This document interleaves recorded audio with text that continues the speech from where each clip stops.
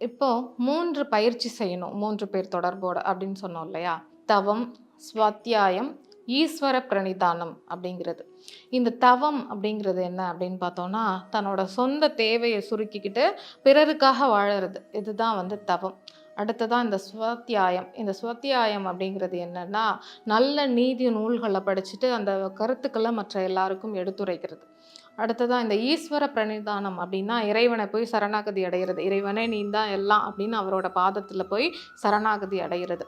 இந்த அம்மாவ பார்த்தீங்கன்னா, வீட்ல எல்லா வேலையும் செஞ்சாலும் தனக்கான தேவைகள சுருக்கிக்கிட்டு மத்தவங்களுக்காக வாழ்வாங்க. அடுத்ததா அப்பா. எவ்வளோதான் நல்ல நூல்கள படிச்சாலும், ஒரு சின்ன தகவல படிச்சா கூட அத குழந்தைங்களுக்கு எடுத்துக்காட்டா சொல்லி, எப்படி வாழணும் அப்படிங்கிற பண்பு நலன எடுத்து கூறுறவர். அடுத்ததா குரு. அவர் தான் வந்து ஒரு முறையா நம்மள இறைவன்கிட்ட எப்படியெல்லாம் வணங்கணும், இறைவனுக்குன்னு என்னென்னலாம் செய்யணும் அப்படின்னு கத்துக் குடுக்குறது குரு தான். அதனால இந்த 3 பேர் தொடர்போட இந்த 3 பயிற்சிய யார் ஒருத்தர் முறையா செய்றாங்களோ, அகவித்யையா செய்றாங்களோ, அவங்கள இந்த சொர்க்கத்துக்கான பாதை வழி கொடுக்கும். இந்த சொர்க்கத்துக்கான பாதை போறதுக்கான வழி அவங்களுக்கு தெரியும். அது மட்டும் இல்ல நசிகேதா, நீ வந்து நான் சொன்ன கருத்துக்கள் எல்லாம் உடனே உடனே பிடிச்சுக்கிட்ட. உடனே எனக்கு அத திருப்ப சொல்லியும் காட்டுன நீ. அதனால இந்த வித்யை இனிமே நசிகேத வித்யை அப்படிங்கிற பெயர்ல உன்னோட பெயராலேயே அழைக்கப்படும் அப்படிங்கிற வரத்தையும் இதோட சேர்த்து யமதர்மன் கொடுக்குறார். இப்போ நம்ம சொல்றோம் அடிக்கடி இறைவன், இறைவன், இறைவன் அப்படின்னு. அந்த இறைவன் யாரு? முதல்ல இந்த இறைவன் யாரா பார்த்தாங்க அப்படின்னா, இந்த பிரம்மம் அப்படின்னு ஒரு விஷயம் சொல்றோம் இல்லையா? இந்த பிரம்மம தான் வந்து முதல்ல இறைவன், ஒரு உருவங்களற்ற, அருவமற்ற ஒரு தோன்றல் தான் இந்த பிரம்மம். அவர் தான் இறைவன் அப்படின்னு சொன்னாங்க. இது என்ன ஆச்சுன்னா, காலப்போக்குல சாதாரண எளிய மக்களுக்கு புரியல.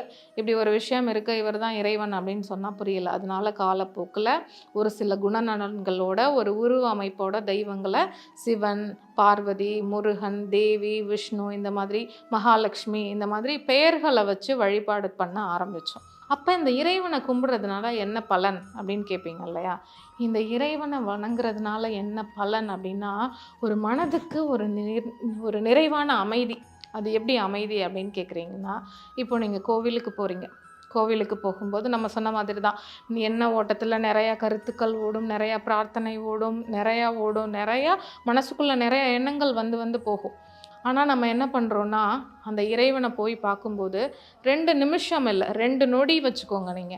அந்த 2 நொடி கண்ணார கோவில்லயோ, இல்ல உங்க வீட்டு பூஜை அறையிலயோ சரி, நீங்க ஒரு இறைவன் சிலையையோ, ஒரு கர்ப்ப கிரகத்துல இருக்கிற ஒரு சிலையையோ, இல்ல உங்க வீட்ல இருக்கிற படத்துலயோ நீங்க இறைவன பார்க்குறீங்க. ஒரு இறைவன பார்க்குறீங்கன்னா, அவரோட நினைவு ஒரு 2 நொடி கட்டாயம் உங்களுக்கு வரும்.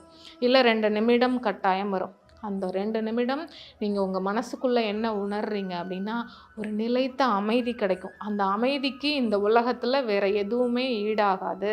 இந்த அமைதி உங்களுக்கு கட்டாயம் கிடைக்கும். இப்படிப்பட்ட ஒரு பெரிய அமைதிய குடுக்கிறவர் தான் இந்த இறைவன் நம்மளுக்காக. அப்படிப்பட்ட இந்த இறைவன்லாம் தான் நினச்சிட்டு இருக்காங்க இந்த மக்கள் சொர்க்கலோகத்த. அதனால அப்படிப்பட்ட சொர்க்கத்துக்கு போறதுக்கான வழிய நீ எனக்கு குடுத்துட்ட. ரொம்ப சந்தோஷம் யமதர்மராஜா அப்படின்னு சொல்றார்.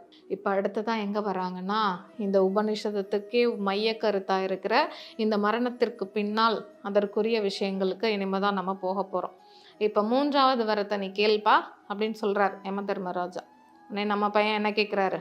இந்த மரணத்திற்கு பின்னாடி இந்த மனிதனுக்கு என்னதான் நடக்குது? இந்த மரணத்திற்கு அப்புறம் இந்த மனிதன் எங்க போறான்? என்ன வாழுறான்? என்னதான் நடக்குது இந்த மனிதனுக்கு? இத கொஞ்சம் நீ சொல்லுப்பா அப்படின்னு நசிகேதன் யமதர்மன பார்த்து கேட்கிறார். யமதர்மன் கதி கலங்கி போயிட்டாரு. அவர் உடனே கதி கலங்கிட்டு சொல்றாரு, "எப்பா நசிகேதா, இந்த விஷயம் வந்து தேவர்களுக்கே கூட இன்னும் ரகசியமா இருக்க விஷயம்ப்பா. நீ என்ன இவ்ளோ சாதாரணமா கேட்குற அப்படி?" அப்படின்னு கேட்குறார். தேவர்களுக்கே வந்து புரியாத விஷயமா இருக்கா? அப்படின்னா இந்த கேள்விக்குரிய சரியான பதில குடுக்கக்கூடிய ஆள் நீ ஒருத்தர் மட்டும் தான். உன்னால மட்டும் தான் இந்த கேள்விக்கான பதில் சொல்ல முடியும். அதனால நீ கட்டாயம் சொல்லியே ஆகணும் அப்படின்னு. இவர் என்ன பண்றாரு? சின்ன குழந்தை ஆசை காட்டுனா மாறிடுவான் அப்படின்னு சொல்லிட்டு இவர் அடுத்ததா சொல்றாரு. எப்பா, இந்த பூலோகம், மேலோகம் நீ எவ்வளோ தூரம் வேணுமோ எடுத்துக்கோ. எவ்வளோ வயசு வேணாலும் நீ வாழ்ந்துக்க அப்படின்னு சொல்றாரு. நம்ம பையன் உடனே என்ன சொல்றாரு? எனக்கே தெரியும். உன்னைய பார்த்துட்டு போனதுக்கப்புறம் நான் பூலோகத்துல ரொம்ப காலத்துக்கு வாழ்வேன்னு எனக்கே தெரியும். நீ ஏன் என்னை கூப்பிட்டுக்கிற வரைக்கும் நான் பூலோகத்துல தான் இருக்க போறேன். அதெல்லாம் வேண்டாம்.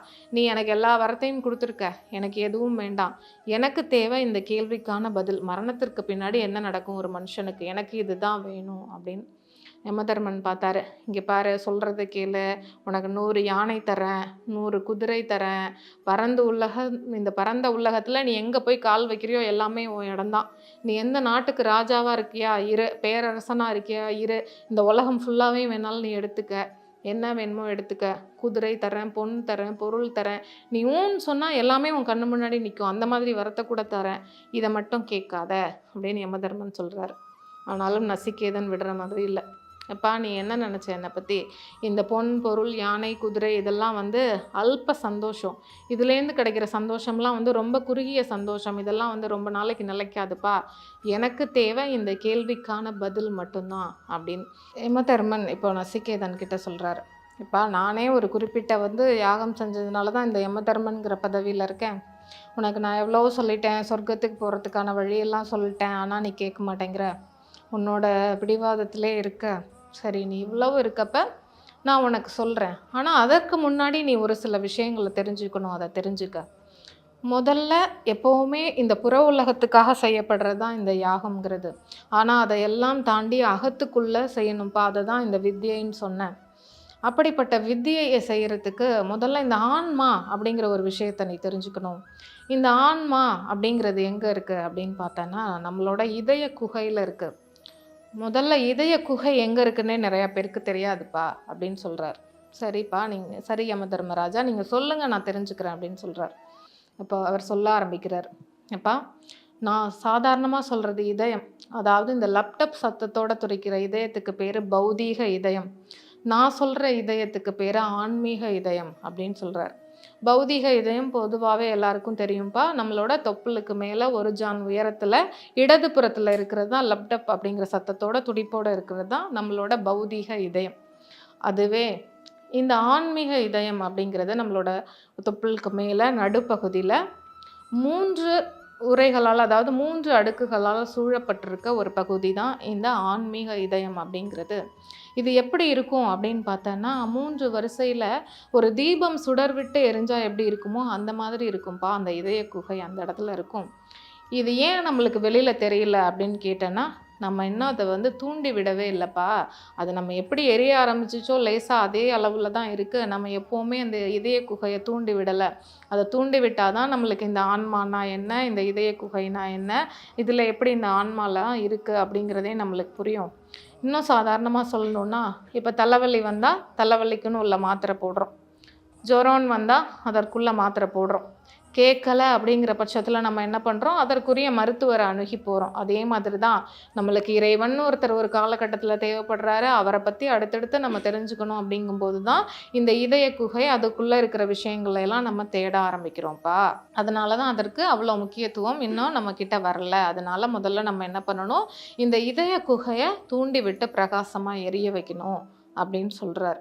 எல்லா வேதங்களும் நம்மளுக்கு எதை சொல்லி தரணும் அப்படின்னு நினைக்குதோ, இல்லை எல்லா யாகங்களும் அதோட பலனாக நம்மளுக்கு எதை கற்றுக் கொடுக்கணும் அப்படின்னு நினைக்குதோ, இது எல்லாத்துக்குமே சேர்த்து ஒரே ஒரு மூல மந்திரம் தான் இருக்குது. அது என்ன அப்படின்னு பார்த்தோம்னா, அதான் இந்த ஓம் அப்படிங்கிற மந்திரம். இந்த ஓம் அப்படிங்கிற மந்திரத்தை யார் ஒருத்தர் உணர்ந்து ஆத்மார்த்தமாக ஒரு உணர்வோடு சொல்கிறாங்களோ, அவங்களுக்கு இந்த சொர்க்கம் மட்டும் இல்லை, இந்த உலகத்துலேயுமே வாழறதுக்கான ஒரு பெரிய வாய்ப்பு காத்துக்கிட்டு இருக்கு அப்படின்னு சொல்கிறார்.